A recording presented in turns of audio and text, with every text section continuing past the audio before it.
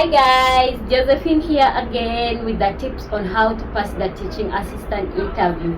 So guys, you have written your CV very well and the HR has responded and they have called you for the interview. It's the big day. So how do you pass the teaching assistant interview? Well, the number one tip I always tell people and I always tell myself is to be confident. Yes. Yes. Imagine going to someone's office and you're all nervous, you're all shaking. Yes, I understand that sometimes we are all nervous about meeting new people, especially here in Dubai, because you know you're meeting someone new, they are not even from your nationality, you're not sure if you understand their accent, so it's understandable to be a little bit nervous. But the tip I use myself and I always tell people to use is put in mind that the person you're talking to is a person like you, like he's not from another planet, they are from planet Earth. The only difference between you and him or her is that he is the manager or she is the HR.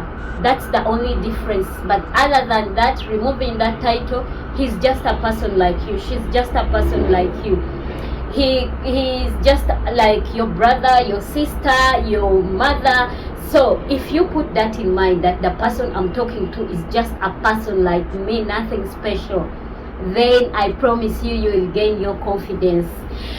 And guys, they always say that the first impression always lasts. So imagine you go into someone's office and you're all very confident, you greet the person, you ask, can I have a seat?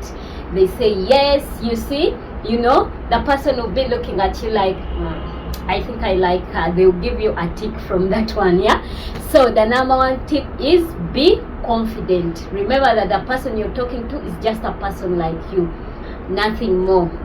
The second tip is be yourself. Yes, be yourself. Don't try to forge accents that you don't have. If you don't have a British accent, it's okay. It's okay. This is Dubai. It's different cultures. People do speak different English and different accents. You might even forge the accent when the person who is going to interview you does not speak British English, and they'll be like, ah. They won't be like this because of your accent. They'll be like this because they will hear you trying to forge the accent. So use your original accent. Don't even try to forge the accent just to impress the HR or the manager. Just be yourself. Another tip is sometimes they give situational. Oh, before I go to the situational questions, I will talk about the famous question about tell me about yourself, because it's always the number one question they always ask in the interview. So someone will tell you, tell me about yourself. They are not asking you to talk about your village members, your father, your mother. No. When someone tells you in an interview to talk about yourself, they mean you're going to talk about yourself in accordance to the experiences in that field. So you go for a teaching assistant interview and then the manager is like, okay, Josephine, can you talk about yourself? So you will start by, my name is Josephine, I'm a Ugandan, I have a bachelor's degree in social work and social administration. I have worked in Dubai. I have 3 years experience as a teaching assistant in Dubai. I worked in a nursery called So and So from 2020 to 2020. To 2022. I love working with children. I'm very passionate about working in an environment with different people. I like working as a teamwork, you know. I enjoy working as a team. I like working with people from different backgrounds. yeah, that's all about. I can talk about myself, as simple as possible. Don't talk about, oh, I have my village mother, I have my village father, I am the last born in my family, I like to eat posho and beans.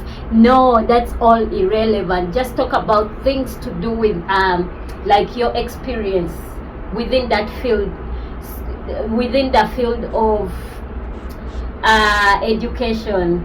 You understand, guys? So another tip is they are always asking you situational questions. What do I mean by situational questions?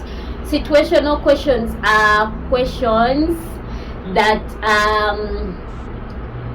that are to do with situations. Let's say in a teaching assistant interview, they will ask you questions like, imagine a situation, a child bites the other, what do you do? Those are what we call situational questions. But questions are just common sense questions. It's common sense questions. You only need to use your common sense. That's all.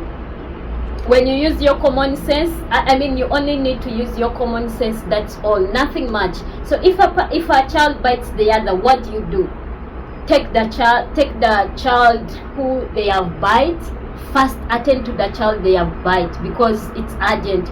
Wash where they have bite, take the child to the nurse, then come back, talk to this child who has bite, and tell the child that it's not nice to bite, or it's not good, this and this. You understand? You understand, guys? So those are what we call situational questions. Or they might ask you they might ask you, so you come in a classroom, you find scissors there, and the children are about to come. Of course, you remove the scissors and put them in the right place. Then ask someone and then tell them it's not allowed to put scissors or something because it's dangerous to the children. Situational questions are just common sense questions, guys. Another thing is, sometimes, like I always see nowadays in my school where I work, they will bring you for observation in the classroom. Like it will be an interview, but they will be observing how you're interacting with the children, how you, like, they will bring you to the classroom, but with someone observing you with a questionnaire, And so how can you pass that one?